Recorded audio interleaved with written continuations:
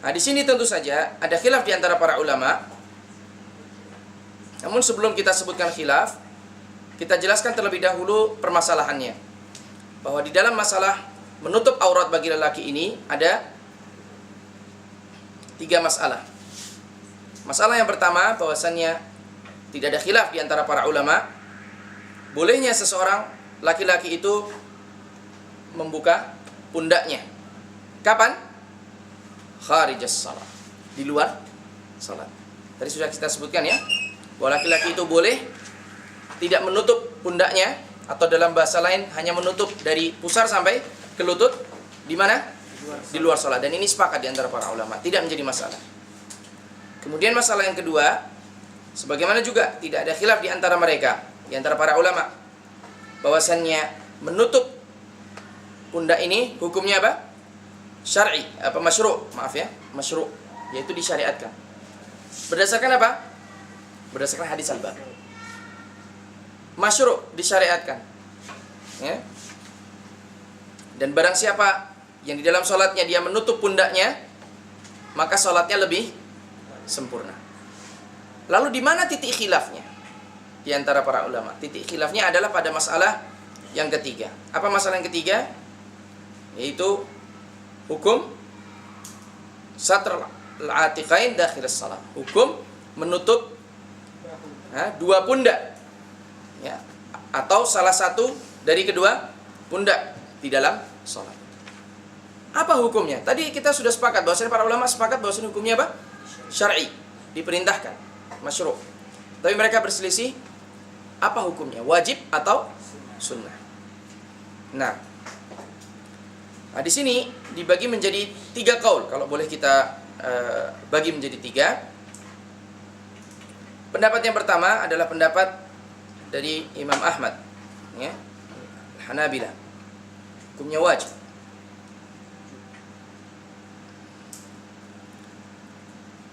Dan di sini baik pada salat wajib ataupun salat sunnah. Baik pada salat wajib ataupun salat sunnah. Kenapa? Sebab beberapa pertemuan yang lalu kita telah sebutkan bahwa pada asalnya apa yang berlaku pada salat wajib berlaku pula pada salat sunnah.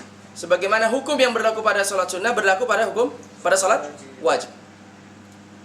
Maka untuk membedakan antara wajib dan sunnah harus menunjukkan dalil tersendiri. Ketika tidak ada dalil, maka kembali kepada hukum asal, apa yang berlaku pada salat wajib berlaku pada salat sunnah. Ini pendapat dari sebagian Malikiyah dan Hanabilah. Nanti ada di kalangan Hanabilah juga qaul tsani. Taib, kita akan tanyakan terlebih dahulu sebelum masuk ke pendapat yang kedua. Apa dalil dari Imam Ahmad? Apa dalil dari Hanabilah? Mewajibkan menutup salah satu dari kedua bahu di dalam salat. Hadithul bab. Barakallahu fiik. Mudah ya? Hadithul bab, hadis yang kita bahas, yang mana Nabi SAW melarang seseorang salat dan melarang seseorang salat dengan membuka dengan tidak menutup salah satu dari kedua pundaknya. Nah, kalau kita tanya, bagaimana mereka menggunakan hadis ini? Sebab Nabi melarang, hanya melarang. Bagaimana Nabi menjadikan dalil ini sebagai perintah wajibnya menutup salah satu dari kedua pundak? Naam ya. Tafadhal antum. Assalamualaikum. Saya ulang soalnya. Al-Akh sudah menjawab bahwasannya hadithul bab menjadi dalil dari Hanabilah. Akan apa? Diperintahkannya, akan wajibnya menutup aurat. Menutup salah satu dari kedua pundak di dalam salat. Namun yang saya tanyakan, bagaimana dengan dalil ini mereka mengatakan hukumnya wajib? Bagaimana?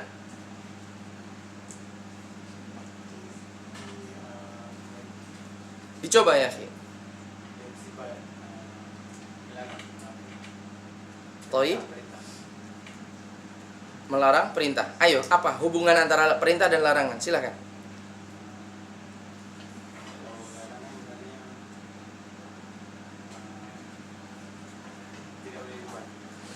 Oke.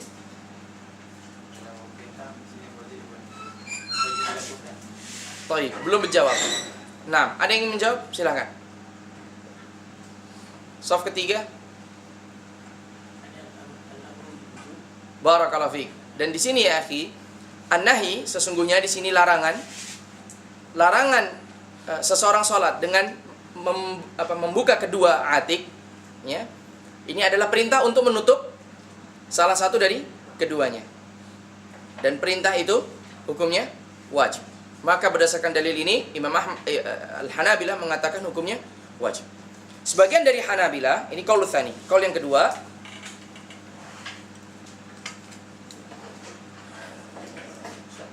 nah, kemudian tafadhal ya. Satu saja, betul. Tetapi lebih utamanya apabila kedua-duanya ditutup. Sehingga jemaah haji yang di tengah-tengah tawaf terpaksa mereka melaksanakan sholat karena sudah adzan, ya, mereka terblok sebab tidak pantas apabila seseorang jamaah kaum muslimin sholat berjamaah mereka tetap tawaf. Ini tidak mungkin terjadi, tidak boleh terjadi, karena tawafnya mungkin sunnah ataupun sekalipun wajib, waktu itu adalah waktu jamaah dan dia diharuskan untuk sholat berjamaah. Ketika di tawaf al-qudum, mereka disunahkan untuk membuka bahu sebelah kanan, gitu ya. Tetapi ketika mereka di tengah-tengah tawaf diharuskan untuk sholat, maka mereka menutup bahu kanannya, sehingga tertutup kedua bahu seorang tersebut, seorang yang tawaf tersebut. Nah, paham masalah ini ya?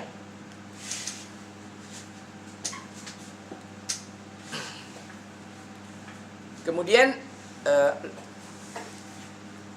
tadi sudah kita sebutkan bahwasannya hadis ini umum berlaku bagi salat wajib maupun salat sunnah. Kemudian pendapat yang kedua masih pendapat dari sebagian Hanabilah. Kita katakan Hanabilah di sini terbagi menjadi dua pendapat, mengatakan bahwasannya kewajiban ini, yaitu kewajiban menutup salah satu dari kedua bahu ini adalah apa? Adalah pada salat fardu saja dan tidak pada salat sunnah. Apa dalil-dalil yang mereka sampaikan? Pertama, bahwasannya berdasarkan hadis Aisyah, bahwasannya Nabi Shallallahu Alaihi Wasallam pernah sholat menggunakan satu pakaian dan sebagian pakaiannya menutup Aisyah. Dan di sini satu pakaian berarti Nabi tidak menutup apa? Bahunya. Hadis riwayat Abu Daud. Masa satu pakai itu maksudnya Nabi SAW pakai izar saja. Kain sarung. Kain sarung saja, tidak memakai rida. Zahir dari hadis ini, ketika Nabi melaksanakan sholat di mana? Di rumah. Maka kemungkinan besar sholat tersebut adalah sholat sunnah. Maka inilah yang menjadikan sebagian dari Hanabilah mengatakan bahwa hukum wajibnya menutup salah satu dari kedua bahu itu hanya pada sholat wajib, tidak pada sholat sunnah. Ini sharifnya, ini yang memalingkan kewajiban bagi sholat sunnah. Kemudian juga bahwasannya sholat sunnah itu ya, dibangun di atas keringanan. Nyatanya apa? Apabila seseorang melakukan sholat wajib, maka dia tidak diperbolehkan untuk duduk apabila mampu berdiri. Bagaimana dengan sholat sunnah? Seseorang boleh sholat dalam keadaan duduk sekalipun dia mampu untuk berdiri, dan dia hanya mendapatkan setengah pahala dari berdiri. Karenanya para ulama mengambil hukum bahwasannya sholat sunnah itu dibangun di atas takhfif, keringanan. Contoh, Nabi SAW di dalam safar, beliau sholat ala rahilati haitsu tawajjaha naqatu.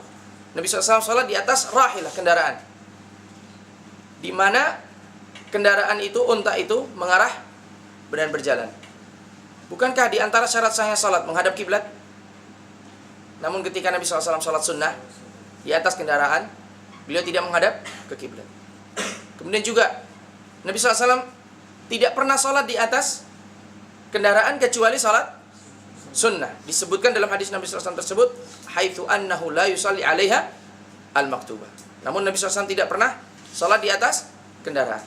Ini bukan mutlak ya, sebab kita pernah sebutkan bahwa Nabi SAW pernah sesekali sholat ketika itu lumpur, gelap, Nabi sholat di atas kendaraan, sholat wajib. Namun nafi yang disebutkan oleh para sahabat ini adalah al-aghlabiyah, umumnya bahwa Nabi SAW tidak pernah sholat di atas kendaraan. Bukan nafil mutlak, menafikan keseluruhannya. Nah, pendapat yang ketiga, sebelum itu ada satu hadis lagi. Nah, pendapat yang ketiga, hukumnya sunnah. Sunnah apa? Sunnah menutup salah satu dari kedua bahu. Berarti apabila seseorang laki-laki sholat dengan menggunakan sarung tanpa menggunakan rida, tanpa menggunakan kaos, tanpa menggunakan baju koko, kalau sini sebut apa? Baju Melayu. Baju Melayu. Iya. Oke, baju Melayu. Atau kemeja. Kalau kemeja biasa, kemeja juga. Meja juga. Oke. Atau kemeja, tidak menggunakan sama sekali, maka sholatnya sah tidak? Sah. Dan ini pendapat dari jumhur, Malikiyah, Syafi'iyah, dan Hanafiyah. Malikiyah, sebagian Malikiyah, Syafi'iyah, dan Hanafiyah. Jumhur. Nah, apa dalil dari jumhur yang mengatakan hukumnya sunnah? Tentu, untuk mengatakan hukumnya sunnah harus ada sharif, dalil yang memalingkan hadithul bab dari memerintahkan atau dari mewajibkan menjadi sunnah. Apa dalil yang memalingkan tersebut? Dalil yang mereka bawakan adalah hadith Jabir, yang mana Nabi SAW mengatakan, idza kana dayyiqan fattazir bihi. Apabila pakaian itu sempit, seseorang sholat dan dia hanya memiliki satu pakaian, maka gunakanlah satu pakaian itu untuk menutup bagian bawahnya, yaitu dengan digunakan untuk menutup bagian bawahnya. Jadikan sarung.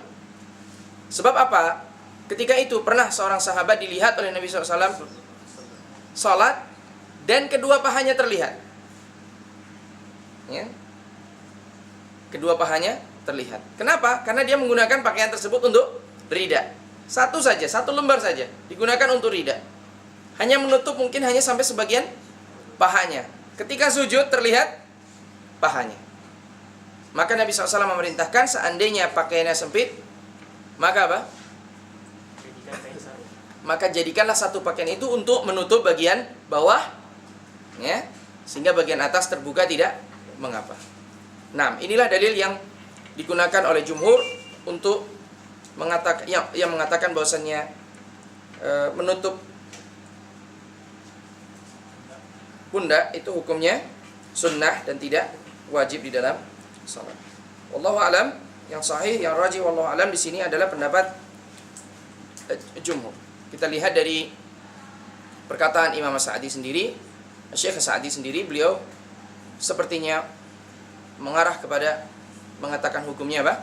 Sunnah. Kita lihat apa saja yang bisa kita ambil dari hadis di atas.